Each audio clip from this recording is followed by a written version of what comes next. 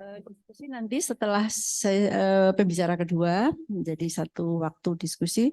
Kita lanjut saja dengan pembicara kedua, Dr. Nina Irawati, SPTHT PKL Subspesialis Alergi Imunologi dari FKUI. Silahkan dokter.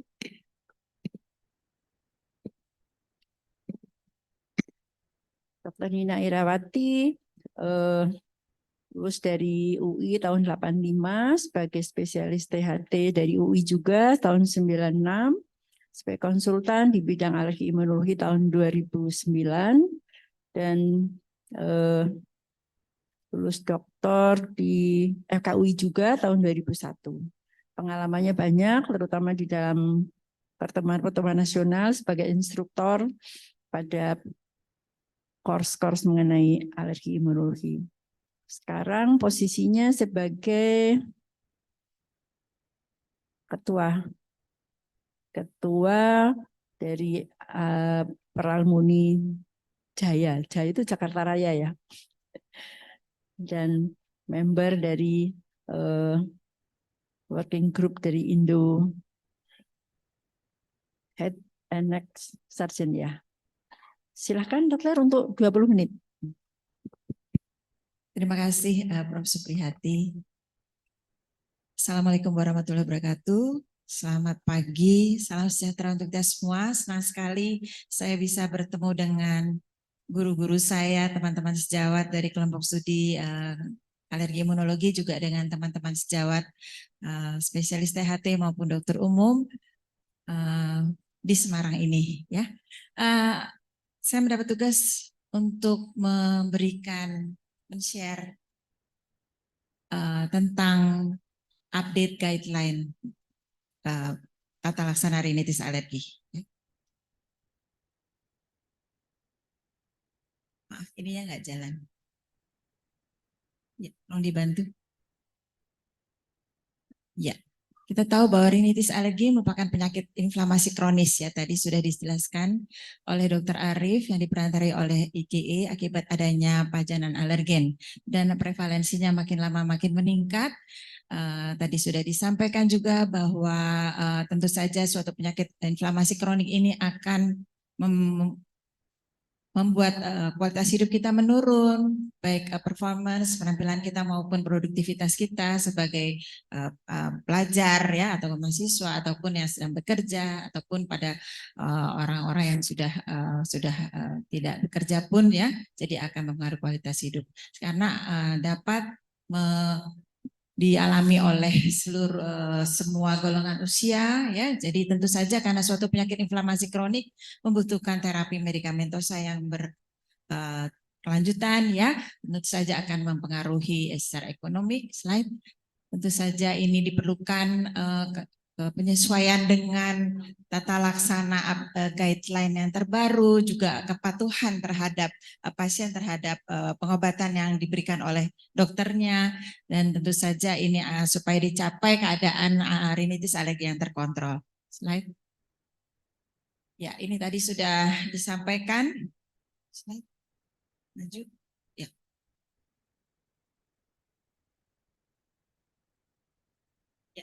Faktor yang mempengaruhi tadi prevalensi rinitis alergi kenapa makin meningkat sudah dijelaskan oleh Dr. Arif, tapi saya ingin menyatakan kembali bahwa peningkatan urbanisasi ya, urbanisasi kemudian perbaikan dari standar hidup ya makin membaik ya, jadi ekonomi yang makin membaik, ternyata penyakit alergi juga akan meningkat prevalensinya. Juga ada peningkatan pajanan terhadap polutan outdoor, tentu saja alergen indoor, dan faktor iklim, baik perubahan iklimnya yang akan meningkatkan polen, kuantitas polen juga kualitas, juga dengan alergen outdoor. Ya, di sini kita sekarang ini untuk yang updated itu bahwa rinitis alergi itu sekarang berdasarkan terkontrol atau tidak terkontrol. Nah, berdasarkan apa itu? Skor analog visual di sini ya, di mana kita melihat dari 0 sampai 10, ini sangat mudah untuk pasien ya untuk menilai dia kira-kira dari 0 sampai 10 itu derajatnya mana ya. Dan ini sesuai berhubungan dengan ARIA ya, jadi allergic rhinitis and ischemic asthma klasifikasinya sama ya. Jadi kita sekarang berdasarkan skor gejala hidung total dan diukur dengan skor analog visual dalam bahasa Indonesianya, tapi kalau bahasa Inggris dari sebutnya visual analog scale ya, FAS. Kurang dari 5 itu terkontrol, lebih besar dari atau sama dengan 5 itu tidak terkontrol. Ya. Jadi tujuan terapi rinitis alergi adalah rinitis alergi terkontrol, yaitu skor analog visual kurang dari 5, juga akan mengontrol faktor risiko sehingga akan meningkatkan kualitas hidup. Ya, paradigma baru beberapa tahun terakhir itu tahun 2017 itu muncul yang disebut precision medicine, ya, itu kombinasi dari penanganan secara personal, prediksi dari keterbatasan terapi, preventif dari penyakit itu sendiri, dan juga partisipasi dari pasien. Nah, ini dulu kita memang mengenal, atau kita mungkin dari teman-teman sejawat sekalian spesialis THT, ini yang lama ya. Jadi WHO ARIA Guideline yang dikeluarkan tahun 2008 ini yang pertama-tama itu kita pakai ini. Dan juga mungkin pada teman-teman sejawat dokter umum juga ya, yang diketahui adalah ini. Dari guideline dari WHO ARIA 2008, ini yang awal-awalnya.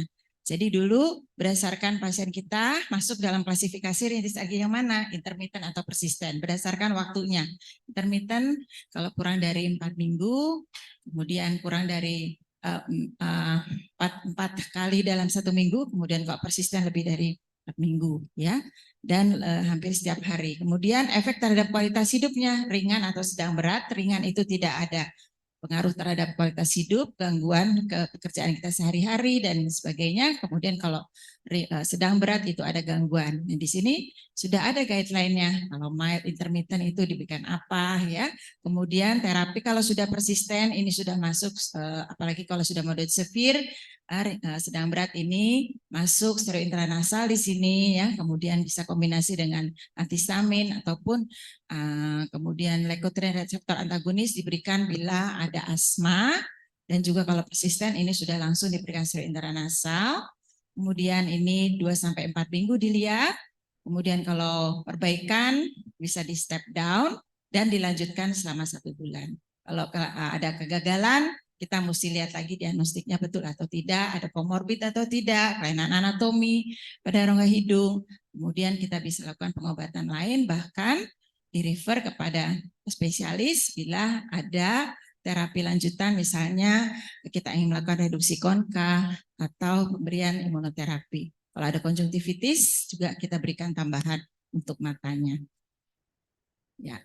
Nah, kita lihat di sini disease yang terkontrol ya, bahwa pencapaian dari terapi kita secara objektif atau penurunan gejala yang berat yang sudah kita berikan terapi yang optimal. Itu yang disebut penyakit yang terkontrol dalam suatu penyakit inflamasi kronik. Di sini dalam rinitis alergi demikian juga, dasarnya adalah total dari gejala hidung total, ya, itu kalau skor analog visual kurang dari 5 terkontrol, lebih besar sama dengan 5 itu yang tidak terkontrol. Nah, apa saja kira-kira yang menyebabkan penyakit saluran napas atas ini tidak terkontrol? Ada beberapa faktor. Di sini kita lihat ada yang berhubungan dengan penyakit itu sendiri, ya. Kemudian ada faktor-faktor juga di sini, ada penyakit sistemik lainnya, faktor eksogen maupun endogen ya, tadi genetic factor. Kemudian faktor diagnosis sendiri, mungkin diagnosisnya belum tepat ya. Ada penyakit sistemik atau komorbid yang menyertai. Kemudian dari segi pasien di sini yang penting adalah kepatuhan pasien ya yang rendah, dan juga berhubungan dengan terapi ya. Terapi di sini yang terapi yang tidak adekuat. Nah, kemudian, nah ini 2017 itu dikeluarkan yang sudah mulai keluar FAS ini ya, yang lebih dari 5 atau kurang dari 5 itu terkontrol, tidak terkontrol, itu 2017 sudah keluar guideline-nya. Ya, ini juga disebutkan di sini bahwa kalau FAS lebih dari 5 atau diperlukan terapi, ini boleh dimulai dengan terapi lini pertama 2-4 minggu, tentu saja menghindaran terhadap alergen juga iritan maupun polutan. Kemudian dilihat lagi dalam 2-4 minggu terkontrol atau tidak terkontrol ya. Kalau terkontrol ini boleh diteruskan, terapi dilanjutkan bila diperlukan. Kemudian kalau tidak terkontrol lebih dari 5, ini kita naik terapinya lini kedua 24 minggu ya. Kemudian tentu saja masih tetap itu terapi avoidance. Dan kita lihat lagi terkontrol tidak terkontrol. Kalau masih tidak terkontrol, ini memang seperti tadi WHO area guideline ya. Ini dipertimbangkan untuk terapi reduksi konka ataupun imunoterapi di sini. Dan di sini waktu itu sudah ada yang disebut precision medicine dengan beberapa tingkatan. Nah, Euforia, ini European Forum for Research and Education in Allergy and Airway Disease, yaitu tahun 2020 mengeluarkan pocket guide. Ya, ini pathway-nya yang bisa diimplementasikan, yang bisa mulai dari dokter umum. Ya, kita lihat di sini mulai dari kita melakukan diagnosis rinitis alergi berdasarkan anamnesis dan pemeriksaan fisik. Tentu saja yang tadi sudah disampaikan oleh Dr. Yanuar ya tadi. Oleh Dr. Yanuar, Dr. Rina, dan Dr. Odi ya. Kemudian ini anamnesis pemeriksaan fisik, kemudian kita lihat mungkin kita bisa tentukan sensitisasinya awalnya itu apa, kira-kira yang mencetuskan gejala alerginya dari anamnesisnya. Kemudian kita klasifikasi ke pasien.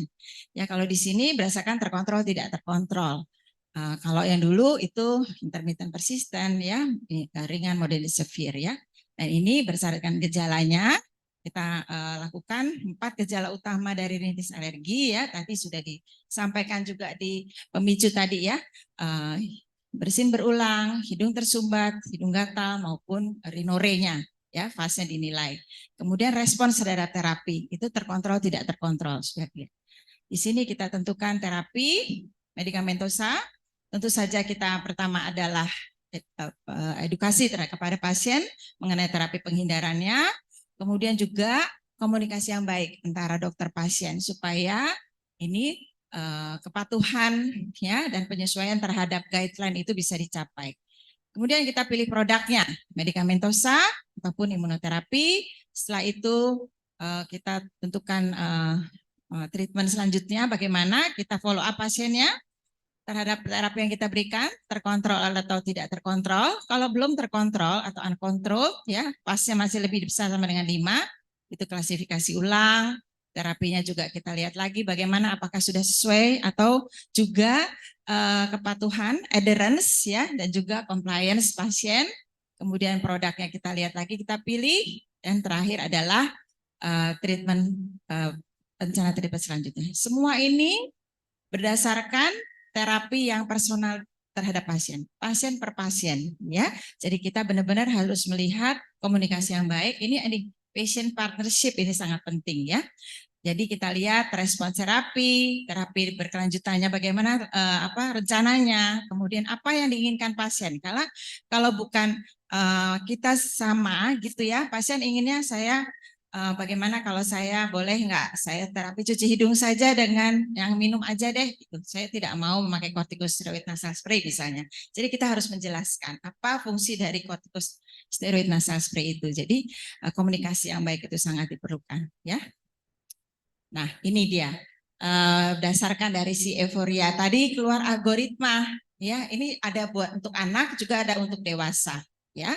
Kita lihat di sini bahwa pertama ini kita tentukan di sini malah first line care itu dari GP, bahkan kalau di luar itu dari farmasi atau itu boleh memberikan obat ya. Jadi itu kalau di luar itu farmasi boleh memberikan obat. Ini GP di sini ada perannya. Pertama tentu saja edukasi tentang penyakit dan pemberian di sini kepatuhan terhadap pasien. Ada doctor patient communication yang baik.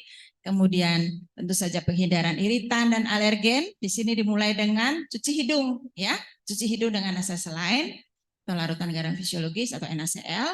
Ya boleh saja. Nah ini kalau ada 2 atau lebih gejala yang mencurigai terhadap rinitis alergi, kita bisa mulai di sini steroid nasal spray. Kemudian yang efeknya dan atau bisa dikombinasi dengan antihistamin oral atau intranasal antihistamin. Nah, ini kita belum nggak ada ya ini. Jadi kita berikan steroid nasal spray kombinasi atau tidak boleh tidak dengan kombinasi dengan antihistamin oral generasi kedua. Nah, kita lihat di sini kalau misalnya fasenya masih tidak terkontrol, pasien belum terkontrol, kita bisa naik step up ya. Atau pasiennya ini gagal terhadap pengobatan lini pertama, kita bisa naik. Kalau di sini memang Euvero guideline ini sudah ada steroid intranasal kombinasi dengan antihistamin dalam satu sediaan. Di Indonesia belum ada, tetapi mungkin insya Allah tahun depan itu sudah mulai ada obat ini masuk, di mana sebetulnya efektivitasnya ini lebih dari steroid intranasal biasa. Tapi kalau steroid intranasal ini dikatakan di sini efektivitasnya sama antara steroid intranasal saja ataupun steroid intranasal kombinasi dengan antihistamin oral ya. Kemudian kalau misalnya masih belum terkontrol, nah kita mesti kita apakah sudah benar atau tidak, ada atau tidak komorbid, ada atau tidak kelainan-kelainan anatomi yang membuat keluhan menjadi lebih berat.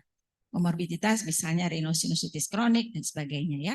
Jadi ini masuk ke dalam kategori rinitis alergi yang berat ya, dan juga terapi terhadap kita yang second line ini masih terdapat kegagalan, kita boleh add on di sini, add on terapi. Apa saja? Kalau rhinorrhea persisten bisa kita berikan ipratropium bromid, atau rhinorrhea yang disertai asma bisa diberikan levotiroxine reseptor antagonis, gatal pada mata, pakai antihistamin yang tetes mata. Juga kita boleh berikan kombinasi dengan dekongestan, boleh oral ataupun intranasal. Yang intranasal ini kurang dari 7 hari. Tetapi pada guideline yang rinitis 2020 dikatakan kalau dekongestan topikal itu masih boleh diberikan sampai 1 bulan bila bersama-sama dengan steroid intranasal. Itu ada di situ. Jadi itu sudah evidence base ya. Jadi di rhinitis 2020 itu ada dikatakan demikian. Kalau kita mau memberikan 1 bulan bersama-sama dengan steroid intranasal ya. Nah, ini boleh kita berikan di sini tadi yang kegagalan selain add-on, kita boleh berikan steroid oral jangka pendek. Boleh tanpa diturunkan dosisnya. Short course ini boleh 3 hari ya. Kemudian boleh diberikan imunoterapi, misalnya ada fasilitasnya, dan ini terapi operatif kalau kita ingin mereduksi konka ya, dengan metode apapun yang kita ada di tempat kita bekerja ya, reduksi konkanya, dan tadi juga add-on. Dan kalau memang pasien ingin memenuhi tujuannya untuk efek yang lebih efektif, bisa diberikan imunoterapi. Nah, ada lagi juga ARIA mengeluarkan 2020 ini yang disebut ARIA Next Generation untuk pasien yang belum diterapi, artinya di GP ya, belum ke kita, ke spesialis THT, tadi kan sudah disebutkan shopping doctors ya. Nah, ini ada dikeluarkan, ini juga berdasarkan FAST ya, ini juga sama sebetulnya, tetapi di sini kenapa reassess-nya itu lebih cepat, karena mereka menggunakan dengan HP itu bisa diupload dan itu baru ada 16 negara, di Indonesia belum. Jadi untuk aplikasi ini kita masih aplikasikan kepada pasien ini masih agak sulit, dan juga ini sudah ada di sini pemberiannya, ini steroid intranasal kombinasi dengan azelastine dalam satu sediaan, di mana di kita belum ada. Dan ini pasien mengakses sendiri melalui HP-nya mereka, jadi makanya lebih cepat hari ketiga. Di sini bahkan kalau ketiga terkontrol hari ke-7. Prinsip yang lain sih sama terapinya ya, pada yang treated ataupun yang untreated maupun yang treated ya. Nah, ini consideration pertimbangan kita untuk step up step down. Ya, kita lihat efektivitas dari terapi sebelumnya ya, kemudian kepatuhan terhadap terapi yang kita berikan ya.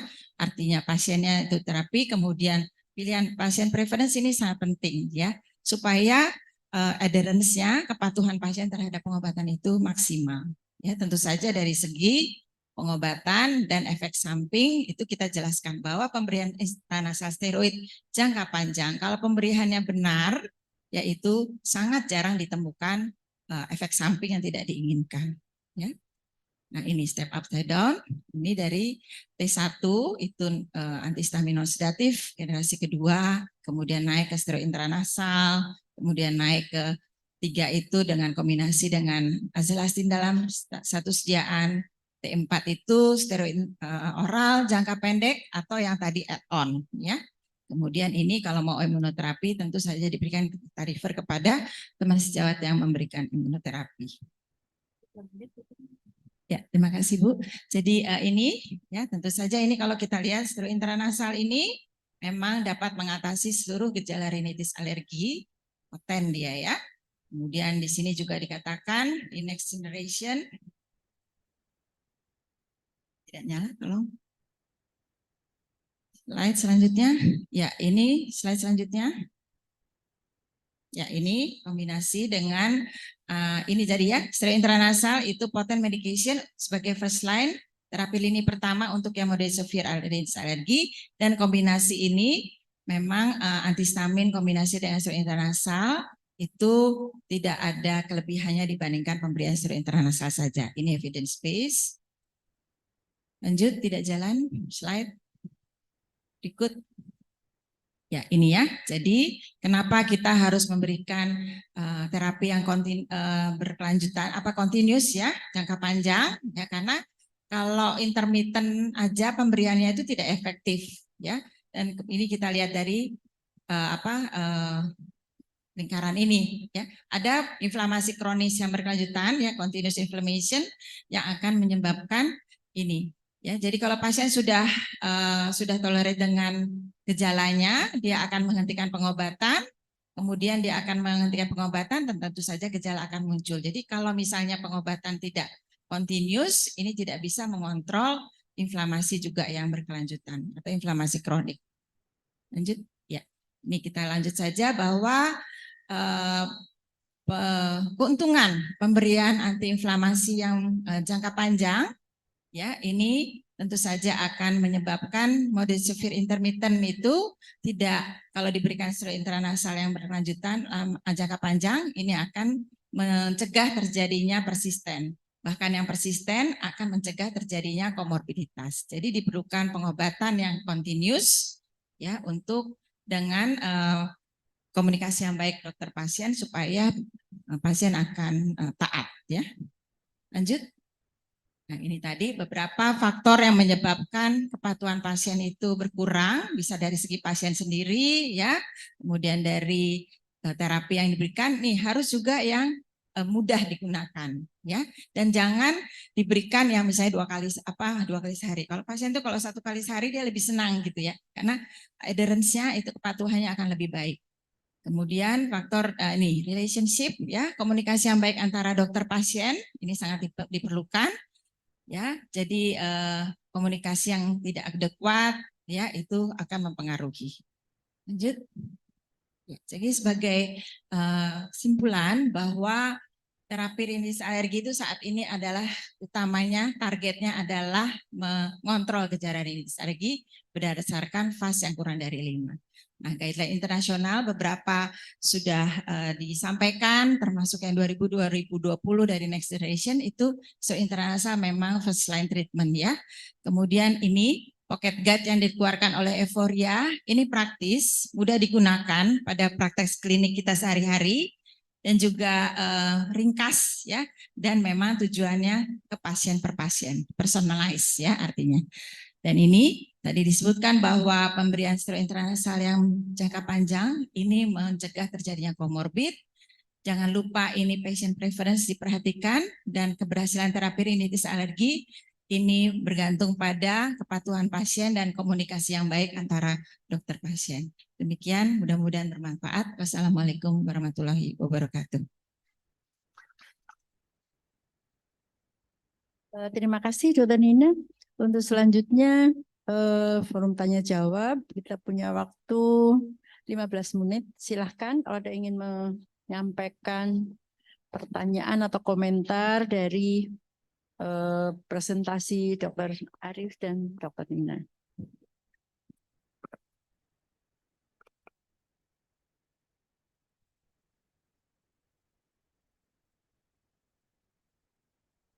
Silahkan. Semua kelihatannya sudah paham, mungkin ada trik-trik yang perlu ditanyakan. Dokter Rina, saya kira ya, dari jauh nggak kelihatan matanya.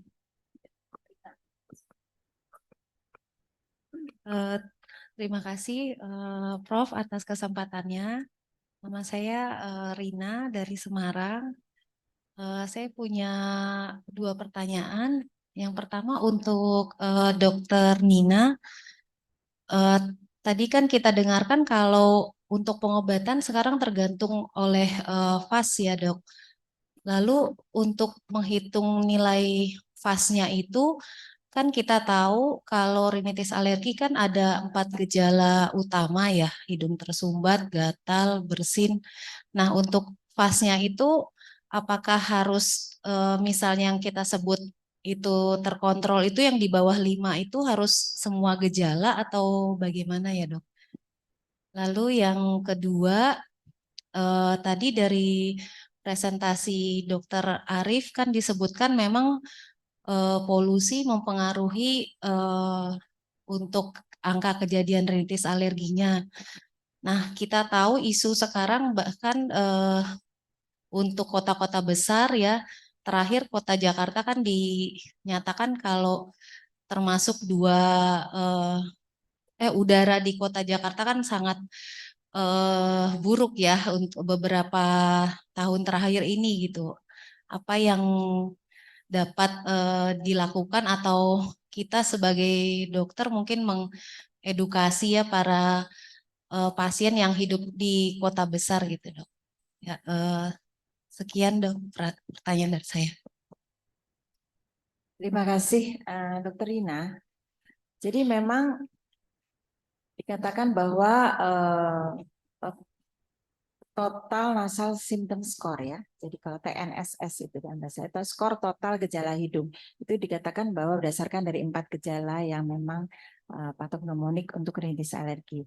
Memang ada yang mengatakan 2 dari 4 gejala, tapi kalau yang TNSS ini berdasarkan dari 4 gejala. Kalau kita lihat dari skor analog visualnya kan 10 per item. Jadi kira-kira 40 kalau misalnya maksimal ya. Dan dikatakan bahwa fas yang disebutkan di sini kurang dari 5 memang dari 40.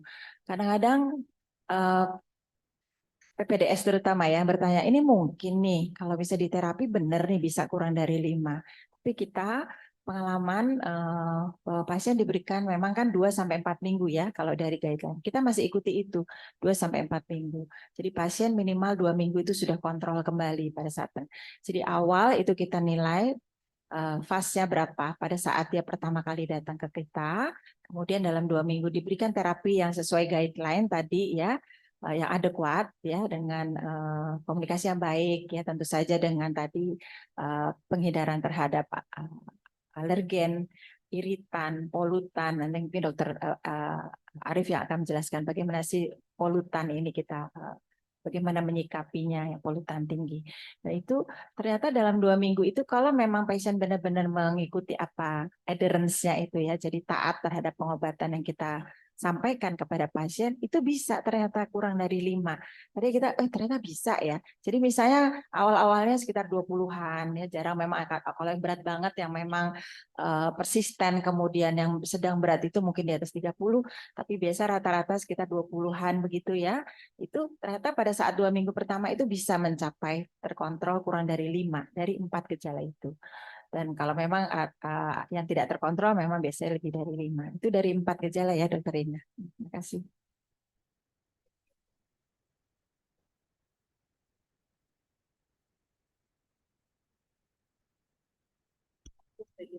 Bisa mengurangi paparan terhadap polutan. Baik, terima kasih pertanyaannya, Dokter Rina. Memang untuk kembali kepada mukosa hidung kita itu memang membutuhkan kita harus punya target.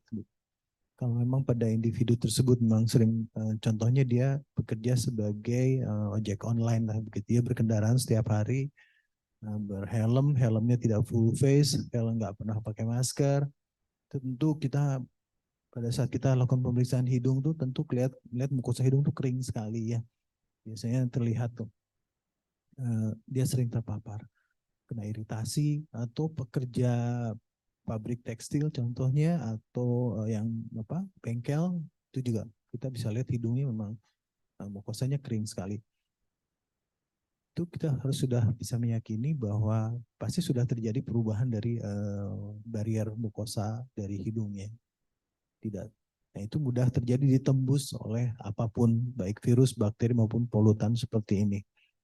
Agak sulit menghindari karena ini juga melibatkan harus minimal untuk kita sebagai dokter THT kita kembalikan ke fisiologi hidung mendekati normal kembali. Tentu dengan pencegahan terlebih dahulu menggunakan penutup hidung ya, masker untuk meminimalisir.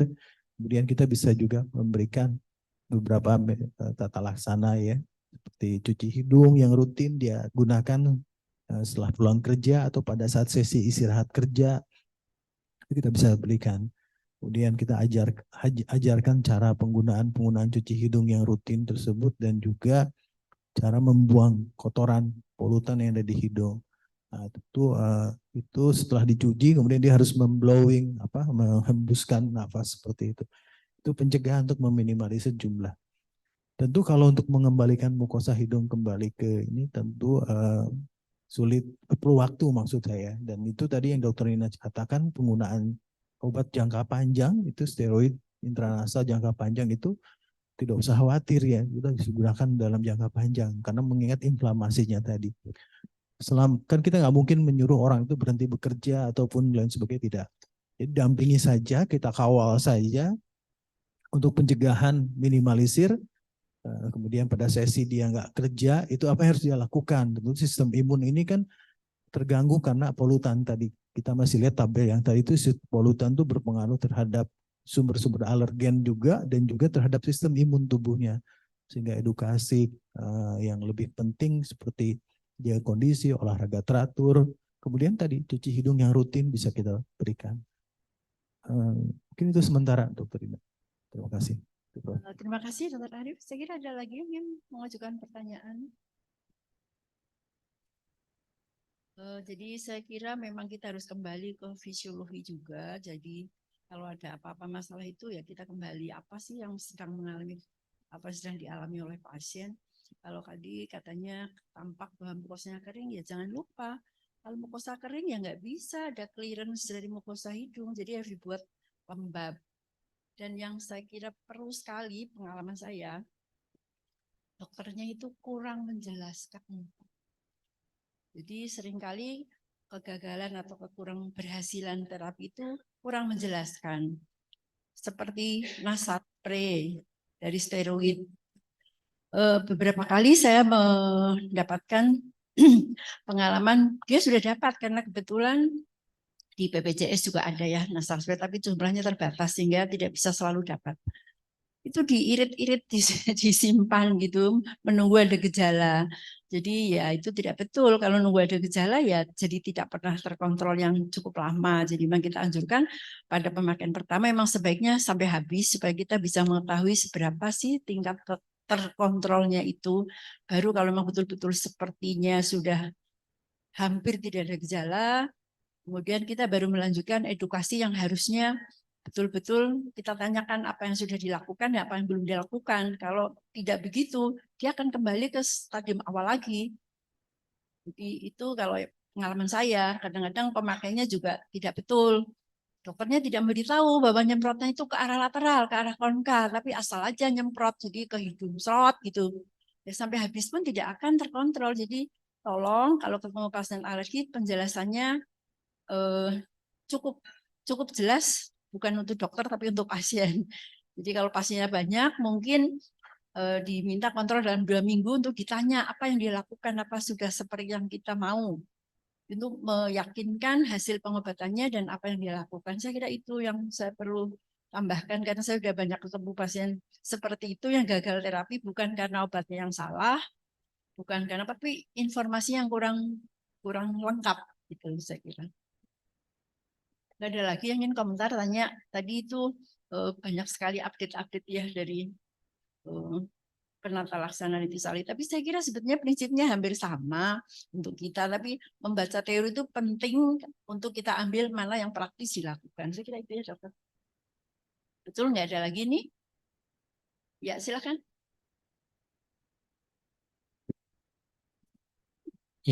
Saya Budi Santosa dari Klaten. Terima kasih Prof atas waktunya. Pertanyaan saya tujukan ke Dr. Arif. Tadi menarik bahwa ada orang-orang yang tertentu kalau ada stres fisik, psikis ya, misalnya mau ujian atau mungkin dia sedang stres dimarahi orang tuanya atau yang lain, dia gejalanya seperti rinitis alergi. Yang saya pahami selama ini bahwa orang-orang seperti itu adalah keluarnya mediator-mediator inflamasi, dan saya terapi juga dengan seperti orang yang rinitis alergi, misalnya ada tersumbat dan sebagainya. Apakah itu benar atau kira-kira ada revisi, Dok? Terima kasih.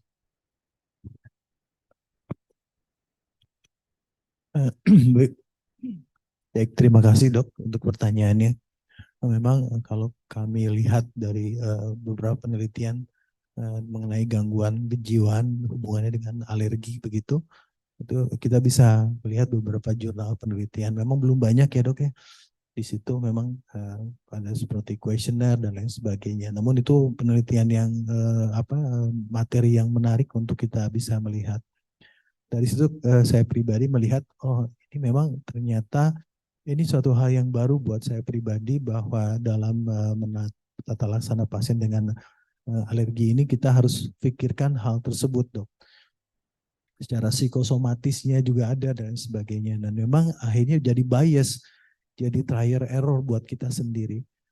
Kalau kita ada kesempatan kita bicara dengan dokter psikiatri, mereka menyetujui dari sisi hal tersebut, dan ada teori yang belum terjawab gitu Dok. Kalau kami memang kita pahamlah pada saat kita ada priming inflamasi yang priming itu dia bisa terjadi teori yang lama itu bahwa terjadi degranulasi mast sel, keluar sitokin alergi karena suatu inflamasi tanpa ada pacuan alergen yang ada. Jadi ada yang disebut juga dengan teori dengan minimal persisten inflamasi. Jadi orang alergi itu dia akan seumur hidupnya atau panjang lama tuh dia ada inflamasi. Sehingga akhirnya dengan dia umroh gitu. Di sana langsung beringus gitu contoh, atau cuaca dingin atau dia ke tempat dingin langsung bisa kambuh seperti itu. Akhirnya memang pacuan alerginya itu tidak ada Dok. Dan memang pada kondisi-kondisi stres tinggi. Jadi stres memacu alergi katanya, alergi memacu stres. Itu memang kalau sampai saat ini ada yang bilang teori asetilkolinnya, kemudian neurotransmitter tertentu yang pernah saya review. Tapi pada prinsipnya si trigger ini akhirnya apapun itu bisa menyebabkan orang ini memang histamin itu jadi keluar. Kemudian untuk kita mungkin saya setuju saja Dok, kita bisa lakukan tata laksana yang kita bisa berikan. Namun hati-hati saja pada pasien-pasien seperti ini pada saat pasca memutuskan tindakan operatif, karena biasanya memang pasiennya akan ada sisi-sisi kejiwaannya pasca reduksi konka begitu, itu ada ketidakpuasan yang pernah saya temukan begitu. Setelah saya konsultasikan, memang ada sisi kejiwaan yang tidak bisa Kesimpulan kami, diskusi kami berdua itu bahwa memang orang alergi yang punya gangguan kejiwaan itu akan lebih rewel begitu Dok. Sementara kita tata laksana saja, cuman kita nggak menjual mimpi gitu Dok. Jadi ada pasien-pasien seperti itu. Mekanisme patogenesisnya memang sampai sekarang belum jelas Dok. Tapi saya kira memang katanya terjadi rilis beberapa sitokin seperti itu. Mungkin itu sementara penjelasan saya, Prof. Mungkin kita sebagai dokternya kita bisa mencapai,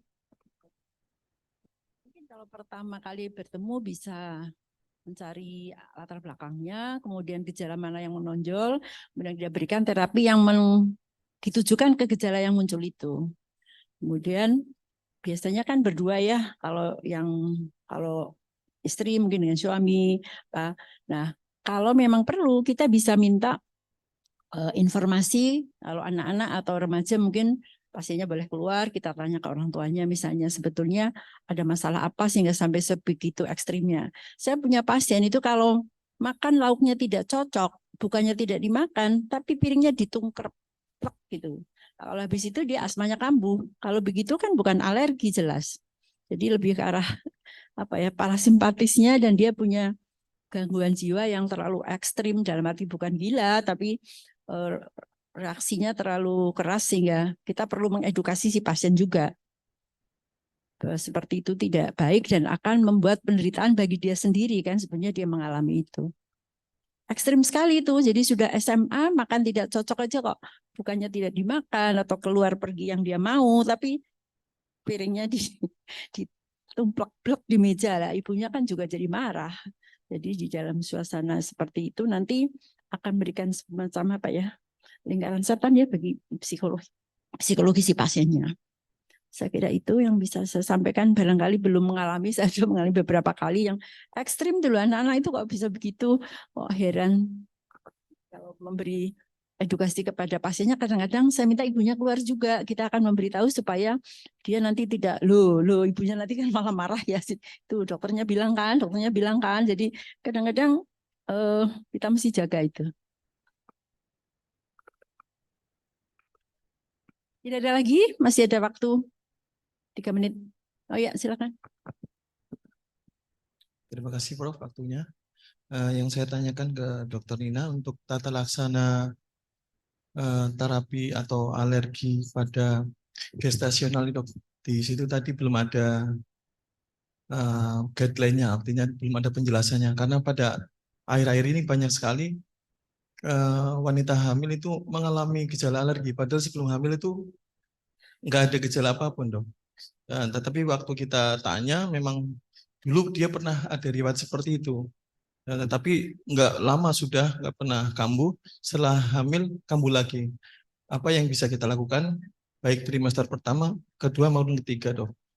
Kaitan sama corticosteroid itu kan harus kita perhatikan karena pada trimester pertama memang dibolehkan untuk kematangan janin, sedangkan sebaliknya tidak, setelah trimester pertama nggak boleh, dok. Kemudian pada kode rino alergi imunologi, mohon dengan sangat kami di daerah ini kesulitan untuk skin prick test, dok. Jadi untuk sama dok ya. Apalagi kami di daerah, dok. Jadi mohon itu nanti dipikirkan supaya kita di daerah tidak benar-benar merujuk gitu, untuk dimudahkan aksesnya. Terima kasih, dok. Ya, terima kasih pertanyaannya, dokter. Siapa, dok? Di posisinya di mana, dok? Di Semarang atau di Tegal, dok. Oh, di Tegal. Terima kasih atas pertanyaannya. Ya, tadi hubungannya dengan ibu hamil. Ya, jadi memang kita pertama-tama harus menanyakan dia ada riwayat atopi atau tidak sebelumnya. Kemudian mungkin dia tidak ada gejala selama ini. Ya, mungkin pada saat riwayat atopinya pada saat balita atau pada saat balita biasanya ya. Kemudian tidak ada gejala, baik gejala di saluran napas atas maupun saluran napas bawah. Kemudian pada saat hamil muncullah gejala itu. Jadi memang kalau pada ibu hamil itu ada yang disebut rinitis pada kehamilan, ya, rinitis pada kehamilan, dan itu memang ada pengaruh hormon-hormon yang dikeluarkan pada saat kehamilan, ya, estrogen, kemudian ada progesteron juga, kemudian itu ada beberapa hormon-hormon yang mempengaruhi, terutamanya adalah terhadap hidung tersumbat. Ya, jadi memang biasanya apalagi kalau misalnya pasien ada riwayat atopi sebelumnya. Dan bukan hanya rinitis alergi yang muncul, pasien-pasien yang ada riwayat atopi kadang-kadang asmanya juga muncul dan biasanya memberat pada saat trimester 3 rata-rata. Dan karena itu hormonnya itu mungkin makin lama makin meningkat, ya, dan itu biasanya memang akan menghilang rinitis hormonal. Ini salah satu bentuk dari rinitis hormonal, rinitis pada ibu hamil ini. Nah, itu pada setelah nanti melahirkan biasanya gejalanya akan menurun karena hormonnya sudah mulai kembali normal, estrogen dan progesteronnya itu. Dan itu biasanya memang pada kita membatasi biasa pada trimester pertama, ya, kadang-kadang memang dikatakan pada perpustakaan itu mulai trimester kedua biasanya yang keluhan hidung mampetnya itu makin memberat dan diperberat lagi sampai trimester 3. Dan memang pada trimester pertama kita membatasi penggunaan steroid intranasal tentu saja, ya, biasanya hanya kita berikan cuci hidung saja. Terserah mau cuci hidung yang pakai NaCl ataupun pakai seawater atau sebagainya, ya, asal pemakainya sudah ada edukasi ya, mungkin dari kelompok studi rinologi itu mengenai di YouTube itu sudah bisa dibuka. Cara pemakaiannya juga kita harus edukasi, pasien kita persilahkan untuk melihat dari YouTube juga boleh gitu ya. Jadi pada trimester pertama hanya itu saja. Kemudian pada trimester kedua kalau memang diperlukan kita bisa mulai dengan, kalau hidung tersumbat kita boleh mulai dengan stroke intranasal di situ. Dengan cara pemakaian juga yang benar ke lateral, bukan langsung ke lurus karena akan bisa tertelan sebagian. Kalau ke lateral ya kita mengharapkan itu absorpsinya bisa di konka. Kemudian kita juga pilih steroid intranasal yang memang bioavailabilitasnya yang paling minimal. Ada beberapa yang memang di bawah 0,01 atau 0,05%, yaitu mometasone furoat atau fluticasone furoat. Itu memang yang paling minimal untuk bioavailabilitas. Artinya dia tidak diserap secara sistemik ya, atau sangat-sangat minimal untuk diserap sistemik. Jadi gitu kita bisa gunakan dimulai trimester 2 bila diperlukan. Kalau memang tidak, masih bisa dikontrol dengan cuci hidung saja. Cuci hidungnya mungkin rutin ya, jadi mungkin sehari 2 kali. Itu biasanya sih pasien akan merasa lebih nyaman. Ya, dan kemudian juga edukasi memang ini pengaruh hormonal ya, apalagi kalau ada faktor atopi sebelumnya akan berat. Kalau memang sangat mengganggu menjadi pasien tidak dapat tidur ya seperti itu ya, tidur telentang atau apa. Jadi boleh diberikan lebih aman sebetulnya di trimester 3 kita berikan. Nah, kalau misalnya rinorenya misalnya ya, bukan untuk hidung tersumbatnya atau rasa gatal hidungnya, bisa kita tambahkan antihistamin, dan itu dikatakan kalau antihistamin generasi pertama itu lebih aman dibandingkan yang generasi terbaru. Jadi CTM itu dikatakan memang tidak apa-apa ya. Tetapi untuk yang generasi terbaru itu memang ada kategorinya ya. Kayak kalau misalnya biasanya cetirizine, loratadin itu masih boleh digunakan ya untuk ibu hamil. Gitu ya. Jadi itu memang jadi kita berdasarkan apa istilahnya ya, apa sih, bukan efektif. Jadi perlu tidaknya kita memakai, ada benefit atau tidaknya, ya terhadap risiko and benefitnya. Jadi kalau memang ada gejala rinore hidung gatal, boleh baru kita tambahkan antihistamin. Kalau enggak, kita gunakan cuci hidung di trimester 2 ke atas, kita boleh gunakan ini apa steroid intranasal. Mungkin Ya, terima kasih dok, untuk scan prick test ini. Nah, memang sebelum COVID-19 itu memang Bio Farma pernah menghubungi kami untuk ingin memproduksi scan prick test dan imunoterapi. Waktu itu mereka minta beberapa penelitian yang sudah dilakukan di Indonesia dan juga beberapa di luar negeri. Setelah memberikan gambaran, sebetulnya Bio Farma itu kami sarankan untuk jadi importir dulu sementara dok, biar kami berharap bisa digunakan di BPJS atau sebagainya. Namun waktu itu terpotong pembicaraan karena COVID-19 dan sampai saat ini saat saya kontak belum mulai lagi untuk hal tersebut. Namun ada kabar baru dok, ini memang per 2023 ini ada satu perusahaan dari swasta itu dia penyedia intraocular lens ya awalnya itu yang sedang mengurus izin dok sekarang untuk jadi importir sementara alat scan prick test untuk ke Indonesia. Sampai saat ini memang saya harapkan nanti di Orly Alpito kami mengadakan workshop scan prick test. Nah diharapkan siapa tahu izinnya sudah izin edar terutama ya. Kalau izin import katanya sudah berhasil mereka dapatkan. Hanya izin edar itu diperlukan terutama untuk pasien-pasien untuk komunikasikan dengan BPJS terutama. Itu dibutuhkan. Nah, cuman memang perizinannya sangat sulit ya di BP POM yang saya dengar dari perusahaannya. Jadi kalau untuk izin edar ini, izin import di mereka sudah dapat. Dia punya cold chain apa namanya? Jaringan untuk itunya, pengirimannya sudah ada. Hanya memang kita belum sepakat masalah harganya dok. Kami masih mereview beberapa alergen yang memang harganya sampai 2-3 kali lipat lebih mahal daripada kita kalau membeli itu dari Singapura langsung. Dokter terbang ke Singapura, dokter beli kemudian bawa pulang gitu ya. Ya nyelundup kan dok ya. Kita bawa begitu. memang jauh harganya. Ini memang masih dalam proses mereka meminta diskusi. Karena memang ternyata problemnya tidak mudah buat mereka. Karena mereka tetap sudah menghubungi produsen dari luar negerinya, dari Kanada atau Amerikanya. Tapi kita nggak boleh beli langsung. Indonesia tuh nggak boleh beli langsung. Harus lewat Singapura. Itu mau dagang ya, politik dagang lah begitu. Harganya tentu akan 2 kali lipat seperti itu. Dan ya memang prihatin juga saya pribadi bahwa kita masyarakat, jumlah kita banyak deh penduduk, hanya jadi market mereka begitu ya. Kenapa tidak bisa langsung, tidak, ternyata ada perjanjian dengan perusahaan di Singapura itu bahwa mereka kontrak bahwa untuk distribusi Indonesia harus lewat shipping lewat Singapura. Ini tentu ya jadi tidak, ini politik ya, akhirnya memang harus, ini makanya kami meminta dukungan juga semua dokter di sini.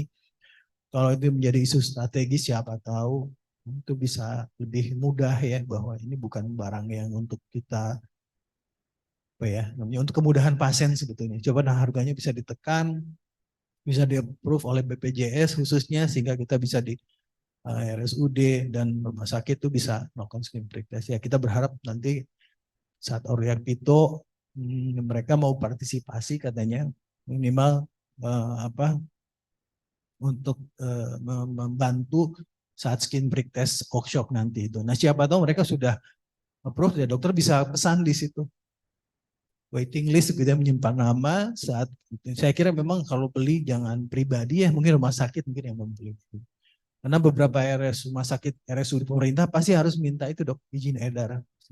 Jadi kalau untuk pribadi atau rumah sakit swasta itu enggak terlalu diminta hal tersebut. Semoga nanti ada kabar dok di Oktober nanti mengenai perusahaan ini. Mungkin sementara dari saya itu dok. Terima kasih. Ya, saya kira cukup jelas ya penjelasannya. Jadi kita bukannya tidak berusaha ya, berusaha keras karena dari beberapa tahun yang lalu susah banget. Saya kira terima kasih atas perhatiannya. Untuk sesi ini selesai, akan dilanjutkan dengan sesi berikutnya. Minta maaf kalau ada yang tidak berkenan. Wassalamualaikum warahmatullahi wabarakatuh. Terima kasih Dr. Rina, terima kasih.